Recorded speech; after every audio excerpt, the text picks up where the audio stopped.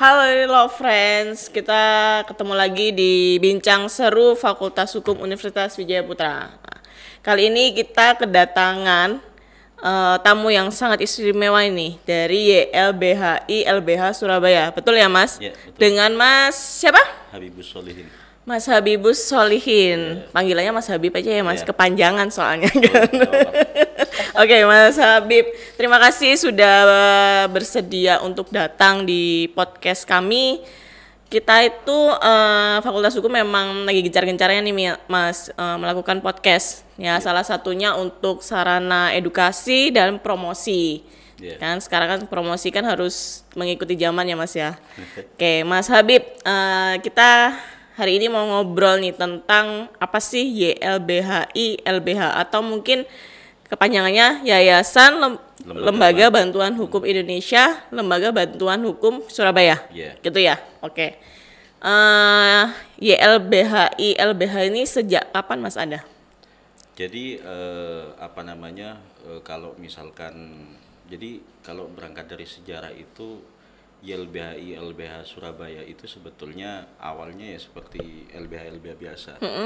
Namun dalam perjalanan waktu antara almarhum Adnan Buyung Nasution, saya lupa tahun berapa, karena perjalanannya sangat panjang, begitu kan. Akhirnya ketika ada kongres Pradin dan beberapa organisasi advokat, maka kemudian yang ada di Jakarta, Yayasan Lembaga Bantuan Hukum Indonesia itu kemudian mengajak adanya LBH. Dulu ada LBH Pos Malang, ada LBH Malang, yang sekarang ada yang namanya LBH Pos Malang, LBH Surabaya Pos Malang, dan kemudian itu diperbantukan untuk kerja-kerja LBH Surabaya yang ada di area Malang. Lanjut cerita, kalau misalkan ditarik secara sejarah itu sebetulnya setelah adanya kongres itu, maka kemudian ada deklarasi yang namanya YLBHI atau Yayasan Lembaga Bantuan Hukum Indonesia, dan LBH Kantor bahasanya dulu. Oh, gitu. Jadi LBH dulu nih, LBH dulu. YLBHI dulu, tapi di Jawa Timur sebetulnya sudah ada LBH gitu loh. Oh, gitu. Akhirnya diajak. Sebenarnya berarti berbeda ya, YLBHI sama LBH itu dulunya berbeda. Dulu berbeda, jadi semenjak adanya kesepakatan dari beberapa alumni yang bertemu pada saat itu untuk mendeklarasikan adanya YLBHI LBH, atau lebih dikenal dulu LBH Kantor bahasanya. Oke. Jadi pada waktu itu akhirnya satu visi untuk melakukan pengawalan isu demokrasi, hukum dan hak asasi manusia. Jadi itu yang kemudian menjadi ujung tombak sebetulnya lahirnya suatu YLBHI LBH gitu. Oke, jadi karena satu visi jadinya bergabung nih, tapi namanya tetap dipanjangkan ya, jadi YLBHI LBH ya. Karena dulu itu istilahnya ada LBH Surabaya, LBH Malang, LBH Jakarta dan lain-lain. Jadi dari situ sebetulnya beliau memiliki visi besar sebetulnya untuk melakukan suatu penegakan hukum bagi secara garis besar kepada masyarakat sipil dan masyarakat miskin yang termarginalkan gitu kira-kira. Oke. Jadi ada spesifikasi sendiri nih ya. Jadi kalau berangkat dari beberapa buku yang yang almarhum Adnan Buyung itu sebetulnya dulu jadi jaksa sebetulnya. Lalu kemudian beliau menjadi jaksa, ternyata beliau mau menuntut orang miskin yang kemudian dia tidak memiliki uang ataupun akses. Awalnya dari situ. Iya, awalnya dari situ. Nah, dalam perjalanannya Bang Buyung itu melihat dalam sisi dia sebagai jaksa. Nah, ketika beliau jadi jaksa, dia melihat ini kok tidak memiliki uang pun juga tidak memiliki akses. Akhirnya kami ada panduan yang namanya bantuan hukum struktural. Nah, bantuan hukum struktural itu lebih menyasar terhadap orang-orang miskin yang berhadapan dengan hukum. Nah, dari situ kita melihat bahwa kemiskinan secara struktural itu kan kemudian bisa diciptakan sebetulnya. Betul. Nah, dari situ sebetulnya Bang Buyung punya inisiatif, ya udah gimana kalau misalkan beliau setelah purna dari jaksa, kemudian menggagas itu. Oh. Akhirnya lahirlah LBH Jakarta, YLBHI. Namun secara garis besar beliau itu hadir untuk orang miskin dan yang termarginalkan, artinya tidak memiliki akses apapun, gitu. Oke, jadi LBH sendiri ini Mas, itu apakah di setiap wilayah itu ada? Jadi kalau YLBHI, LBH yang ada di seluruh Indonesia itu, ini yang perlu diklarifikasi sebetulnya kepada publik ya, bahwa ketika kami datang ke LBH, para masyarakat pencari keadilan datang ke LBH, kami datang kok ke LBH.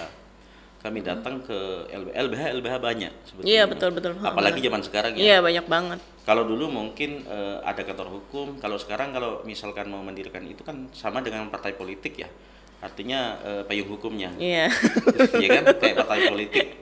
Jadi siapapun bisa untuk melakukan itu. Kalau dulu kan di akte pendirian kami itu memang kantor hukum memang gitu loh. Oh. Yayasan. Jadi kalau sekarang seperti partai politik atau perkumpulan gitu loh Mbak. Jadi memang sekarang malah lebih banyak ya lebih muncul-muncul. banyak, makanya muncul LBH, ada LBH, pokoknya banyak lah Iya, nama-namanya itu ya. banyak banget. Jadi ketika di bawah naungan Yayasan Lembaga Bantuan Hukum Indonesia, kami ada 18 LBH kantor se-Indonesia hari ini. Oh, ada 18. Ya. Itu di Per provinsi. Oh. Nah, jadi ruang lingkup kerjanya kami itu adalah per provinsi. Kalau di daerah Bali ada LBH Bali, kalau di Jawa Barat ada LBH Bandung, kalau di Kalimantan ada beberapa LBH Palangkaraya.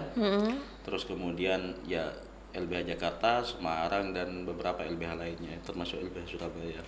Oke, ada 18 Kantor. ya yang tersebar di beberapa Indonesia. provinsi. Ya. Oke. Kan tadi Mas Habib juga sudah menggarisbawahi bahwa LBH ini untuk orang miskin dan termarginalkan. Ya. Nah, sebenarnya jadi visi pertama itu apakah hanya itu atau bagaimana, Mas? Jadi begini, itu yang membedakan dari LBH yang lain dengan LBH Surabaya. Jadi kami itu konsen dalam konteks penanganan kasus struktural. Contoh kasus struktural itu di dalam bantuan hukum struktural itu banyak ditemuin. Contoh misalkan kemudian yang sering diadvokasi dalam kasus struktural adalah PKL. Oke. Ada buruh. Iya. Ada petani yang kemudian dia tidak memiliki akses. Tapi kalau dilihat secara spesifik kasusnya banyak mereka itu berhadapan dengan pemerintah, gitu loh. Kebanyakan begitu. Nah itu yang kemudian dalam bantuan hukum struktural yang kami jalankan sampai hari ini yang masih dirasa relevan, ya karena mereka ini memang tidak memiliki akses, tidak memiliki uang, tapi dia berhadapan dengan pemerintah, gitu kira-kira. Jadi kekhususannya yang berhadapan dengan pemerintah atau kekuasaan lain, contoh misalkan kayak pengusaha dan yang lain-lain gitu. Jadi memang kekhususannya di situ ya Mas Di ya. situ.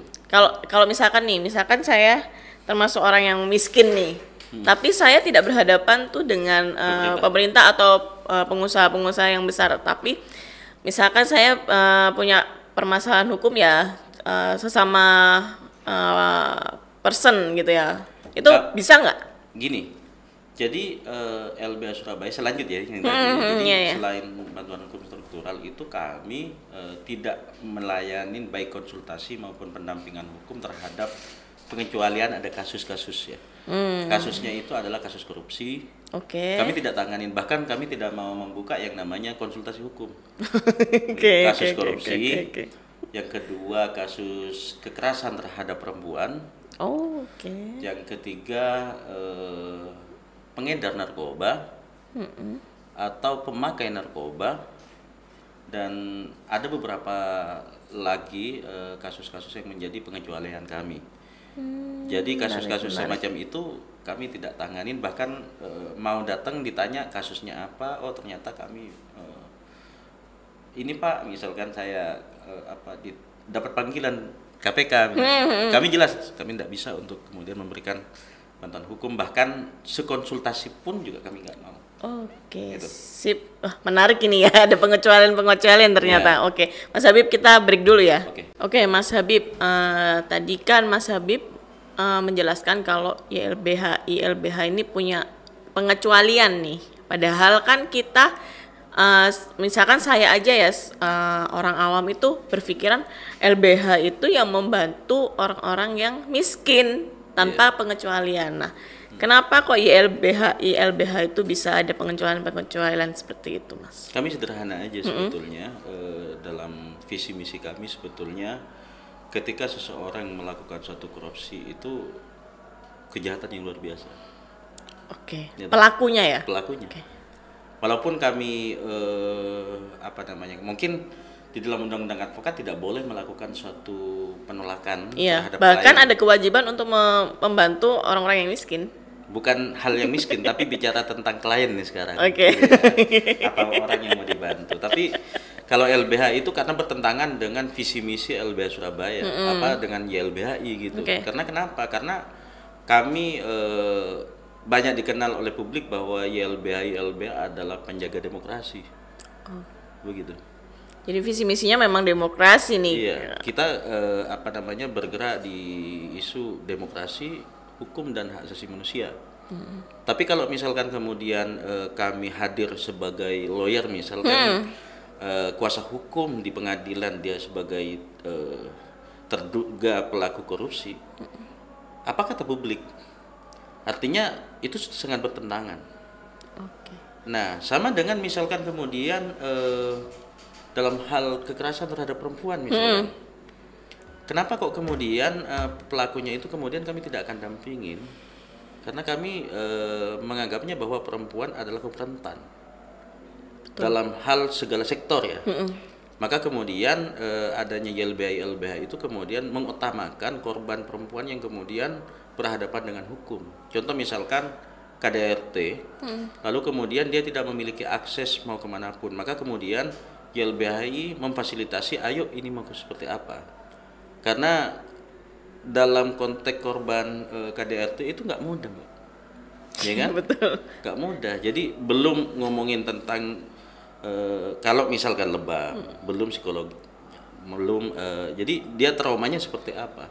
Jadi kami utamakan hal-hal semacam itu gitu. Jadi korban-korban yang kemudian KDRT kami utamakan di LBH Surabaya gitu, Mbak. Oke, jadi korbannya. Iya, korbannya. Oke. Kemudian kalau misalkan anak, Mas, kan sekarang kan kita nggak bisa menutup mata juga, anak itu kan juga bisa melakukan tindak pidana. Iya. Apakah itu juga termasuk pengecualian? Jadi di LBH Surabaya sempat beberapa kali kami melakukan pendampingan hukum agar supaya bisa didiversi ya. Iya. Atau anak yang berhadapan dengan hukum, kami juga melihat sebelum kami melakukan suatu pendampingan hukum, kami lihat posisinya apakah dia pelaku ataukah dia sebagai korban. Kalau korban maka kami tetap dampingin, tapi kalau misalkan dia pelaku yang harus dilindungi hak-haknya beliau ya kami karena kerja-kerja jejaring tadi itu. Oke. Kami kasih akses ternyata oh ini anak yang berhadapan dengan hukum, ya udah kami menghubungi beberapa jejaring agar supaya bisa diberikan perlindungan hukum. Mendapatkan pendampingan dari yang lebih Lembaga, concern nih, lebih lebih concern di sama anak. dengan misalkan narkoba misalkan. Iya, Kami betul. Di narkoba itu kan kemudian kami memang tidak kecuali memang ada kriminalisasi nuansanya. Jadi kriminalisasi itu pernah ada kami langsung mau tolak pada awalnya, tapi beliau salah satu pengadu di kantor itu dia bercerita bahwa anaknya memang pada saat itu mau pulang dari rumah tetangganya dan tetangganya itu dianggap baik, lalu kemudian nibeng nih di motornya. Iya. Di suatu ketika di perjalanan ternyata si anak ini dititipin yang namanya tas. Nah, itu sering terjadi loh, Mas. Nah, dititipin tas dan kemudian ada petugas dan tangkap dia. Dan bisa ditunjukkan CCTV-nya.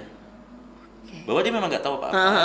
Akhirnya kami rekomendasikan ke Orbit Sidoarjo pada waktu itu. Oke, tahu. Yayasan Orbit ya. Yayasan Orbit. Jadi karena memang nuansanya di situ, tapi kami tetap memberikan akses kepada para pencari keadilan itu walaupun bukan kami gitu loh. Oke. Jadi ya mungkin sebagai perantara itu bisa ya Mas ya. Jadi memberikan akses untuk ke yayasan atau organisasi yang lebih concern. Oke. Menarik banget soalnya kita ngomong narkoba aja karena banyak sekali orang yang mungkin kejadian-kejadian yang merasa dirinya tuh dijebak kalau di narkoba ya Mas ya. Nah, itu sering banget soalnya ada beberapa kasus yang seperti itu. Memang kadang-kadang kan orang yang menjadi kurir, terus dia tidak tahu apa yang dia bawa, itu kan orang-orang yang dengan ekonomi yang memang menengah ke bawah. Iya kan? Jadi mungkin dimintain tolong terus dikasih duit. Nah, dia kan nggak tahu apa yang dia bawa. Itu kan memang perlu. Iya, itu sebetulnya tidak usah memberikan bantuan hukum tapi memberikan akses terhadap mereka yang kebetulan dalam hal kebingungan ya. Iya, betul. Itu juga sudah membantu bagi para pencari keadilan gitu loh, Mbak. Oke, kalau YLBHI ini apakah punya tadi kan sama Kemenkumham ya? Itu dari 2000? Jadi kami itu sebagai organisasi bantuan hukum, jadi dulu ada undang-undang bantuan hukum kan ya. Jadi pada saat itu kami secara kelembagaan Indonesia itu diminta sebetulnya untuk menjadi contoh bahwa YLBHI LBH itu kemudian menjadi pionir agar supaya bisa mendampingi orang miskin. Iya. Dengan tanda kutip kalau mereka kan begini, ketika dianggap orang miskin menunjukkan surat keterangan tidak mampu. Ya, SKTM ya. Itu dianggap tidak mampu. Tapi kalau kami dalam perspektif itu kami selalu menyampaikan kepada Menkumham bahkan kementerian, kami memiliki pandangan berbeda bahwa yang dianggap miskin itu bukan soal masalah uang, tapi tentang akses. Nah, kemiskinan yang kemudian terjadi hari ini, kemudian hanya ditunjukkan dengan SKTM, lalu itu kan sama halnya dengan stempel doang, Mbak. Betul, itu juga orang yang pura-pura. Ya bisa saja ke sana, bisa dimanfaatkan. Itu hanya administratifnya aja kan. Bisa dimanfaatkan oleh oknum kan gitu. Iya. Tapi kalau bicara tentang akses, artinya dia buta tentang akses ini harus kemana. Dia nggak tahu harus ngapain dan harus kemana. Sama dengan halnya dengan kasus yang kemudian kami dampingi salah satunya di Lumajang. Jadi petani ini memang hanya bercocok tanam mulai dari tahun 80-an. Lalu kemudian ditangkap tuh sama salah satu perhutani. Ditangkap tiba-tiba karena melakukan penebangan pohon dan yang lain-lain. Akhirnya satu keluarga rombongan datang ke LBH. Saya tanya, kerjanya apa petani? Ternyata beliau disampaikan yang melakukan penangkapan di suratnya itu ada Polhut lah pada waktu itu ya. Jadi beliau itu menyampaikan secara historis panjang bahwa dia itu tanahnya memang turun menurun. Oke. Dia tidak tahu apa yang harus dia lakukan. Akhirnya kami datang ke sana, kami klarifikasi dan lain-lain. Bahkan saya ini sampai kepada pengadilan dan alhamdulillah bebas. Jadi kami akseskan terhadap kepada negara lah, kepada pemerintah agar supaya pemerintah bisa membiayain proses hukumnya. Ya, jadi kami akseskan itu. Jadi kalau misalkan kemudian itu satu ekonominya sudah nggak ada. Dia juga tidak mengetahui secara ilmu nggak ada. Ilmu nggak ada. Jadi hal-hal semacam itu yang jadi concern kami di LBH. Sama dengan buruh juga sih sebetulnya. Jadi buruh itu kalau misalkan ini menarik sebetulnya. Saya sampaikan di podcast ini. Jadi gini, beberapa hari lalu banyak buruh di jalanan, dia selalu mengatakan UMK naik karena inflasi dan yang lain-lain. Nah, mereka itu sebetulnya kan dimiskinkan secara struktural dari kebijakan. Iya betul. Ya kan mungkin jenengan udah lebih update dari saya ya, karena apa, ada Omnibus Law, Iya, ada betul. PP dan yang lain-lain. Jadi mereka ini sebetulnya sederhana. Dapurnya itu sudah ngebul, dapurnya sudah cukup, udah selesai mereka.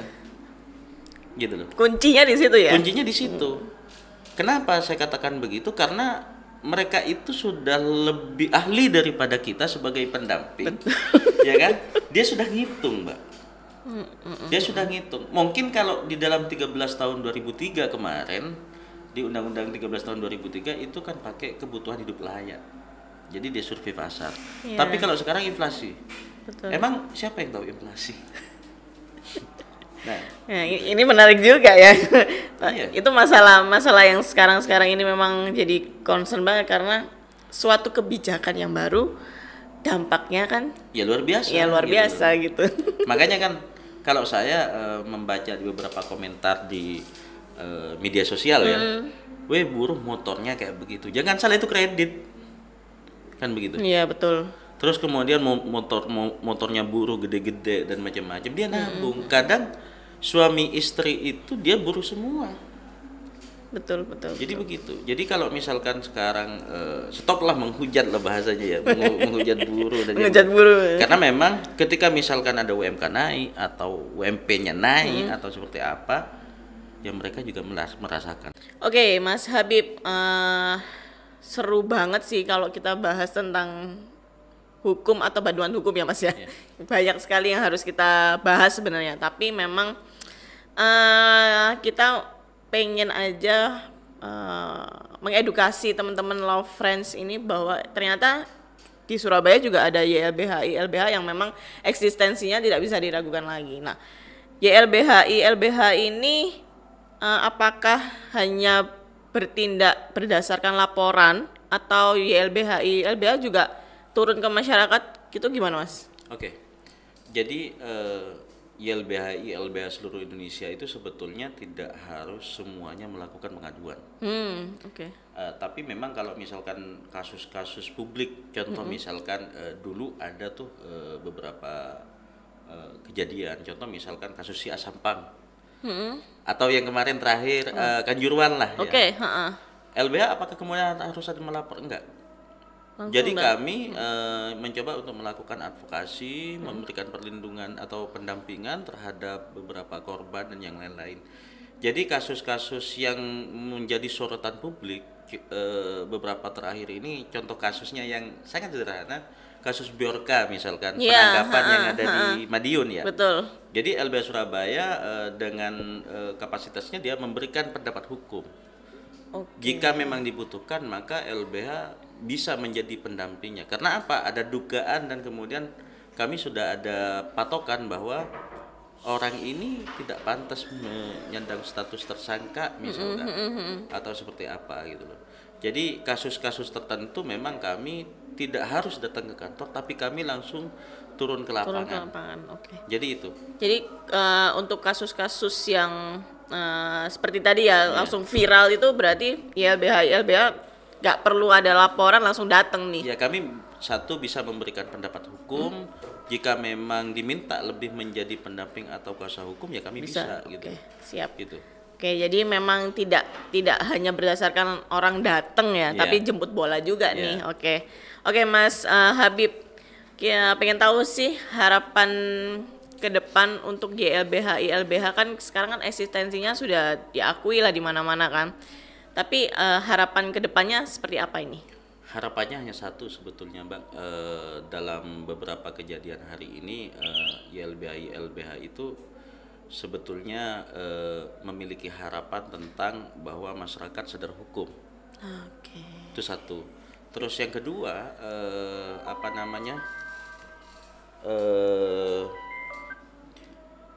sorry. Ya nggak apa-apa Mas. Jadi Lanjut.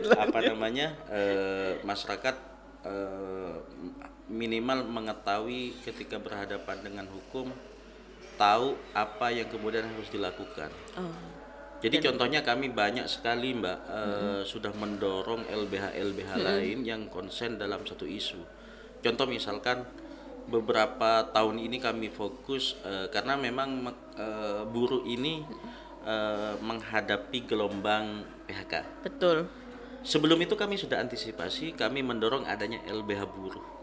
Oh, oke. Jadi kalau misalkan Berarti sudah tercium bau-bau yang tidak sedap ya. Kami sudah kami di internal sendiri kami sudah menganalisis kurang lebih 10 tahun ke depan.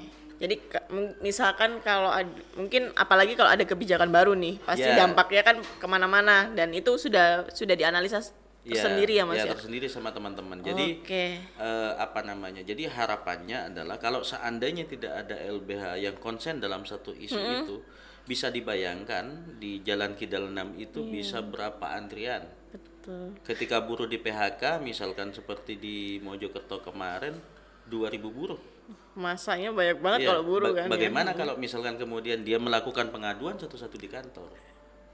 Betul. Jadi kami bukan hanya di isu buruh saja, tapi di beberapa isu lain, misalkan isu tentang masalah keagamaan, isu sektor petani misalkan. Jadi kami mendorong minimal mereka, karena kan setiap kerja-kerja kami itu pasti didampingi namanya paralegal, Mbak. Iya, betul. Nah, paralegal ini yang menjadi ujung tombak di sana, minimal dia mengetahui apa yang harus dia lakukan pertama kali. Jadi kami selalu melakukan kerjasama dan mendidik mereka agar supaya dia tahu tentang hak-haknya.